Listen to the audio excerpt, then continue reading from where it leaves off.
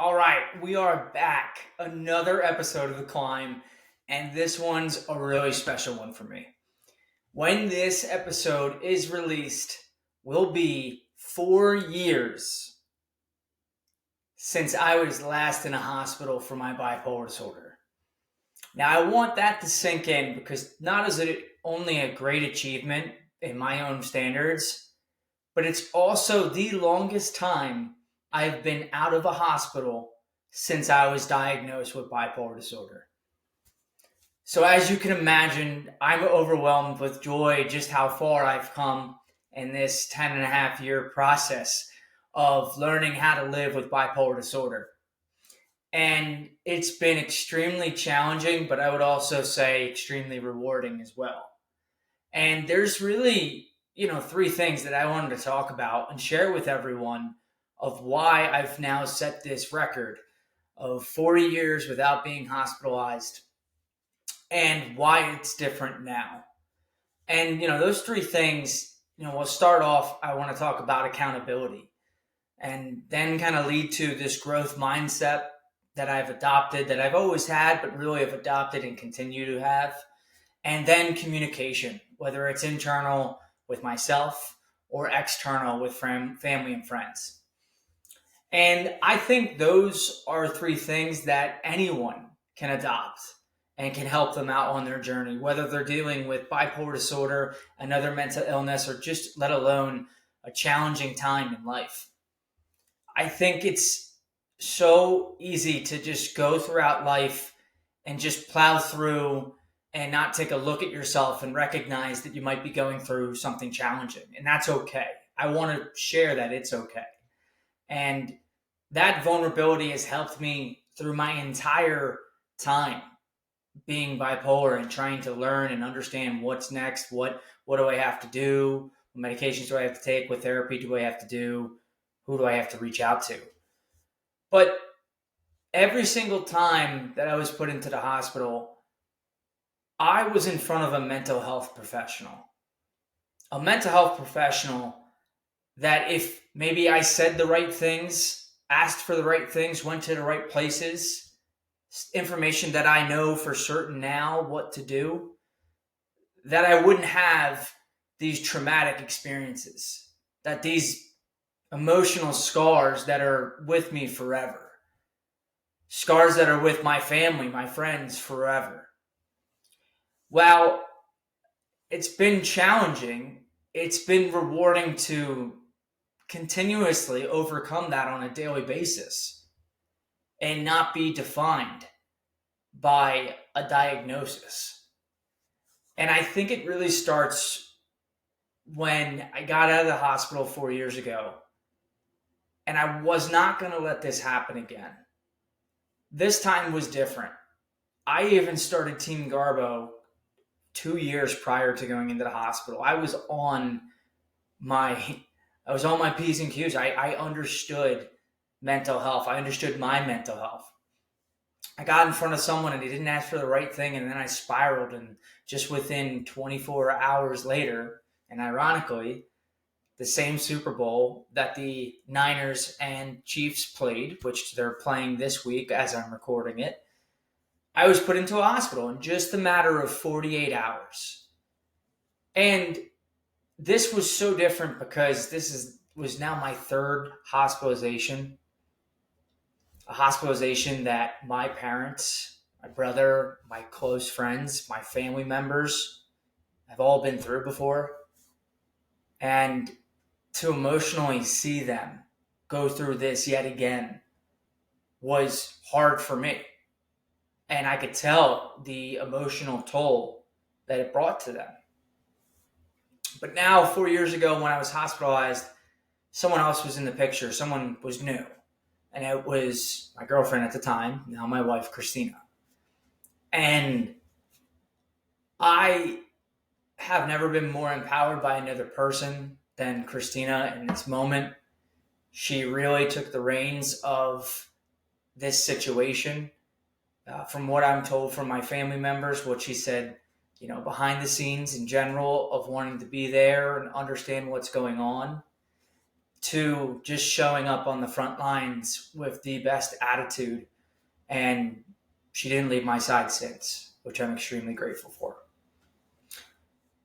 But as time goes on, there's been a pattern, even so much so that I've had family members mention this pattern. Hey, it happens every couple of years, every 3 years. 3 was that number. I had to take it into my own hands. I really, and I still feel to this day, that I have to do everything in my power to keep myself healthy, to keep myself out of the hospital. And that accountability is something that I wake up every day and I tap into, because I couldn't put my family, my friends in that situation, but let alone now Christina's in the picture. Now we have a little dog, little puppy named Rover, that's now grown into a nice, beautiful golden retriever that brings a smile to my face every day. Who's going to walk him if I'm in the hospital? Who's going to take care of my wife when I'm in the hospital? When we eventually have kids, who's going to be there for them? So this was a cycle that I had to break. It was extremely important for me to break this. And it's something that I have to break every single day. I have to wake up and I have to break the cycle every single day. And that accountability is something that someone with a mental illness has to own up to. But just in general, anyone going through a situation, you're responsible for your own actions. You're pretty much in a situation that you either help yourself get into or fall on your way into. And as difficult as it was, founding a nonprofit that advocates for mental health awareness, really preaching that and trying to share with everyone insight that helps me, and then ending up in the hospital out of nowhere was extremely blindsiding. And I had to go back and rethink of, okay, what was happening the months before? What may have triggered me? What are situations that I found myself in that maybe I kind of just muscled through and didn't, realize that these were strictly red flags. So much so to the point that I wanted to be so accountable that I made a plan of action. And there's a copy of that plan of action that's redacted from some personal information on Team Garbo. Because it's not enough to know, but you have to understand. It's not enough to know that there's help. You have to understand where to go, what to say, what to ask for, your situation. And it's really, really interesting to see how that's developed over the years. Because as much as we'd like to think it's easy to get help, it's extremely difficult. And when you're in a crisis, you don't have the time. And as I mentioned to you, I had a very normal week, what I thought to be normal, a normal couple weeks. And then it all spiraled and I ended up in a hospital. So that accountability means everything to me. It means everything to be accountable, not only, for my mental health process, but my physical processes. These habits that will keep me, sharp mentally, physically, emotionally. And that takes a lot of work. That takes work. That takes building, these health plans that I build, that I've worked on all throughout college with my degree. And now I've kind of just done it for myself, continuously tinkering with different diets and different habits, routines, exercises, different types of grounding techniques, meditation. And that kind of brings me to that next point of, obviously having the accountability of keeping yourself honest with where you are and what you need to do to continue to stay healthy or to continue your climb and not fall off a cliff. But the next thing that I think is extremely important, and you guys can all read the book by Carol Dweck. It's called The Growth Mindset. And it's essentially you're either growing and you're learning from situations and challenges and you're using that and turning it into a positive way, or you're staying stagnant. And if you're staying stagnant, really you're kind of going backwards. And I took this to heart because I've always had a learner's mindset. I've always tried to be a second level thinker and think about the next step. And I've even talked about on this podcast the book that I love, Think Again, and thinking about other perspectives. But it's one thing to read those and, say that, but it's another thing to physically do it, to physically have this growth mindset that you're developing and you're continuously working on something and taking a situation and learning from it rather than just being stuck with it. And I think the best way for me to kind of describe that in comparison to these past 4 years is I have continuously worked so hard with my professionals, whether it's with my, psychiatrist and working on different medications and understanding medications better and how they affect me and when to use certain things and how to really open up so my psychiatrist can properly treat me. Because previous to the 4 years, I was going through a completely different situation. And I did not open up whatsoever. I was really just treated as a diagnosis, okay, this. And I just was reserved. Not because I was intentionally reserved, but I didn't understand that you really need to tap into certain things that might be deep inside of you, which my therapist has helped me immensely with. So that relationship between the therapist and the psychiatrist and myself has flourished. But it's taken time, it's taken effort, it's taken honesty that I have to continuously learn and grow and understand my diagnosis. There was a certain time where I would have such a closed mind to my diagnosis that it was so black and white. And that only got me into trouble. And for the past 4 years, I've realized that it is such a spectrum, that there's so many things that go into being bipolar or just in general dealing with anxiety and depression and what goes into that might be something that stemmed from years and years and years ago. And not having the mindset that you can grow over something and really learn from it was resistant. It was hard for me to expect anything else from myself from continuous improvement if I stayed in that. And a part of what I believe to be the growth mindset is, continuously working and improving, based off the situations that are thrown in front of you. And the third point of what I think has been just a huge help to me these past 4 years has been my communication. It's something that I've continuously worked on. It's something that I continuously work on today. And I'm really grateful for the people in my life, but also myself, because the internal conversation that I have with myself, for the man that I see in the mirror, is completely different than what it was 4 years ago. Internally, I have accepted myself to a level that I have never been before. And it's funny to think about because I'm so vulnerable. I'm so open to these insecurities that I've had in the past, but I've never loved myself more. And that comes from constant internal conversation. And, for me, at times, prayer.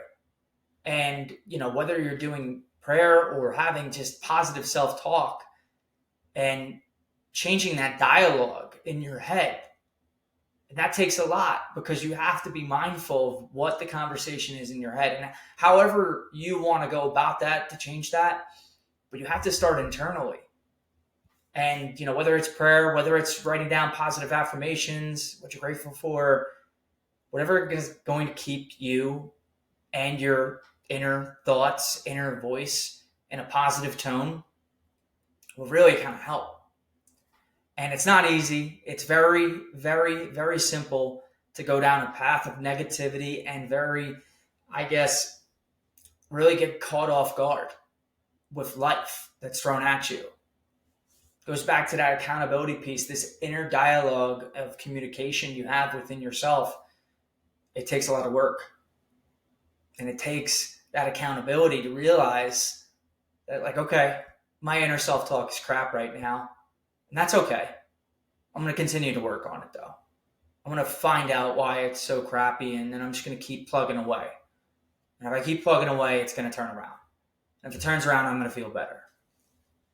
And I can't tell you how many times over the past 4 years that I've had to reset, but that's part of it. Part of it is the continuous process of just being the very best version of yourself. But in order to be the very best version of yourself, you do have to fall a little bit. You have to take a couple steps back on the mountain to take a couple leaps forward. And I think that's extremely healthy. But externally, communication for someone who is bipolar, for someone that's in a crisis, for someone that just in general like doesn't know how to talk about their feelings is so important. And I've realized this. I've realized this through hard experiences of trying to relay an information to my family, my friends. But if I'm in a crisis, that information is not going to get relayed at all.